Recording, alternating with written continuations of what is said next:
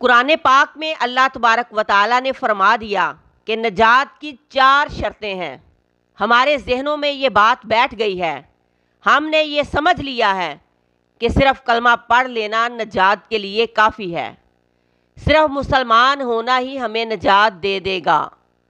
یہ بات ہمیں ذہن نشین کر لینی چاہیے کہ ایک نجات وہ ہے جو ہزاروں برس جہنم میں سڑنے، کوئلہ بننے کے بعد ملے گی۔ اگر مسلمان ہو تو وہ نجات تو ملے گی۔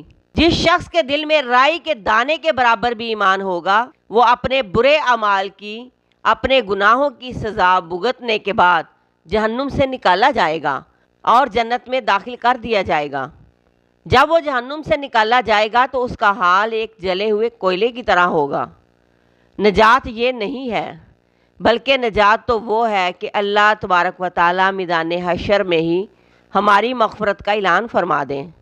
اللہ تبارک و تعالیٰ پہلے ہی مرحلے میں ہمیں جنت عطا فرما دیں۔ ایسی نجات ہمیں صرف کلمہ گو ہونے سے نہیں ملے گی، صرف مسلمان ہونے سے نہیں عطا ہوگی۔ ایسی نجات کے لیے شرط اول ایمان، شرط دوم عمل صالح، تیسری شرط تواصی بالحق، چوتھی شرط تواصی بالصبر۔ یہ قرآن کا بیان ہے، یہ اللہ تبارک و تعالیٰ کا فرمان ہے، لہٰذا ذہن میں بٹھا لو کہ اول درجے کی نجات کے لیے 4 شرطیں پوری ہوں گی تو نجات ہوگی۔